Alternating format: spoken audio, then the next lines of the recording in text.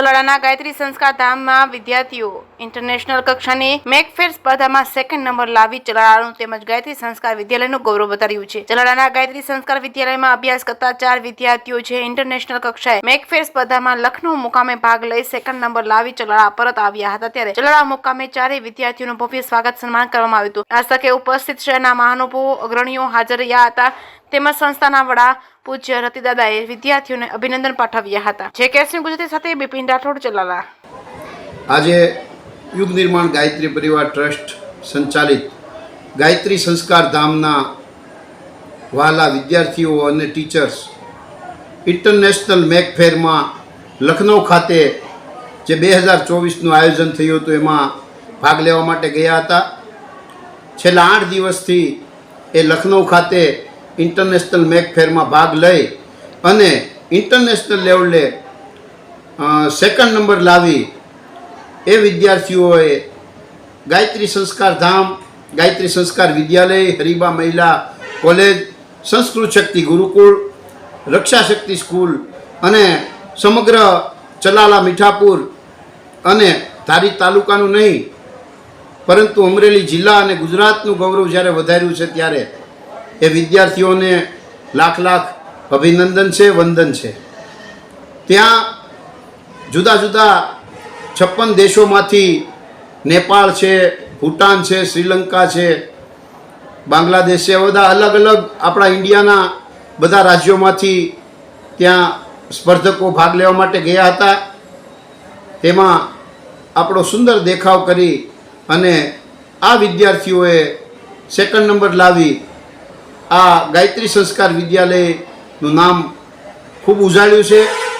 એ તમામ વિદ્યાર્થીઓને એમને જેમણે તૈયારી કરી છે એવા તમામ શિક્ષકશ્રીઓને અને સમગ્ર સ્ટાફગણને જેમણે એમના સાથ અને સહકાર આપી મહેનત કરાવી છે એ બધાને હું દિલથી ધન્યવાદ પાઠવું છું, બધાનો દિલથી આભાર માનું છું।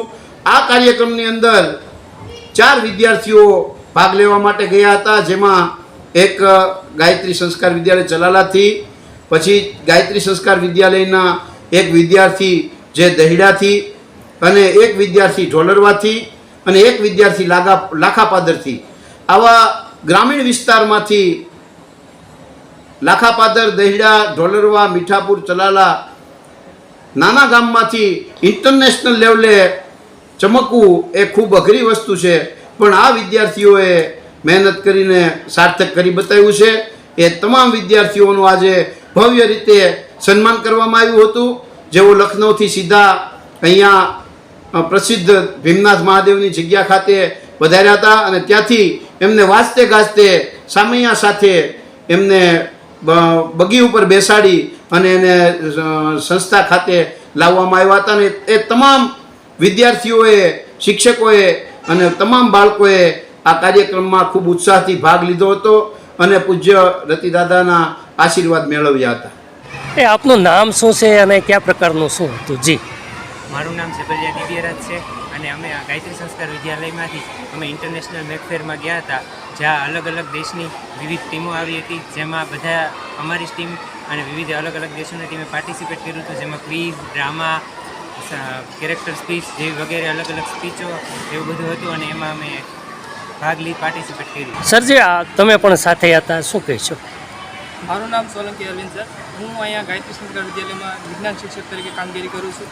હું આ તકે ખૂબ જ ઋણી છું કે આ સંસ્થામાંથી પૂજ્ય દાદા દ્વારા, મહેશભાઈ દ્વારા, શીતલબેન દ્વારા અમારી ટીમ તૈયાર કરી અમને લખનઉ મુકામે મોકલવામાં આવી અને આમ લખનઉ મુકામે અમે જે કાર્યક્રમની અંદર જ્વલંત સિદ્ધિ હાંસલ કરી છે એની પાછળનું જો કોઈ તાત્પર્ય અથવા એની પાછળ કોઈનો જો હાથ હોય તે દાદા, મહેશભાઈ અને શીતલબેનનો છે અને સ્ટાફગણે પણ ઘણી બધી જહેમત ઉઠાવી છે। અને ખાસ કરીને આપણે એમ કહેવાય કે ઇન્ટરનેશનલ લેવલે જે આ સિદ્ધિ હાંસલ કરવી એ ખૂબ જ મોટો મહત્ત્વનું કામ છે અને એ જ્વલંત સિદ્ધિની અંદર એમ કહેવાય કે 65 જેટલી ટીમોએ પાર્ટિસિપેટ કર્યું હતું અને એની અંદર આપણા ગુજરાતનું, એની અંદર સલાળા અને ગાયત્રી પરિવારનું જે નામ આવે એ આપણા માટે ખૂબ જ ગૌરવની વાત છે। Thank you very much.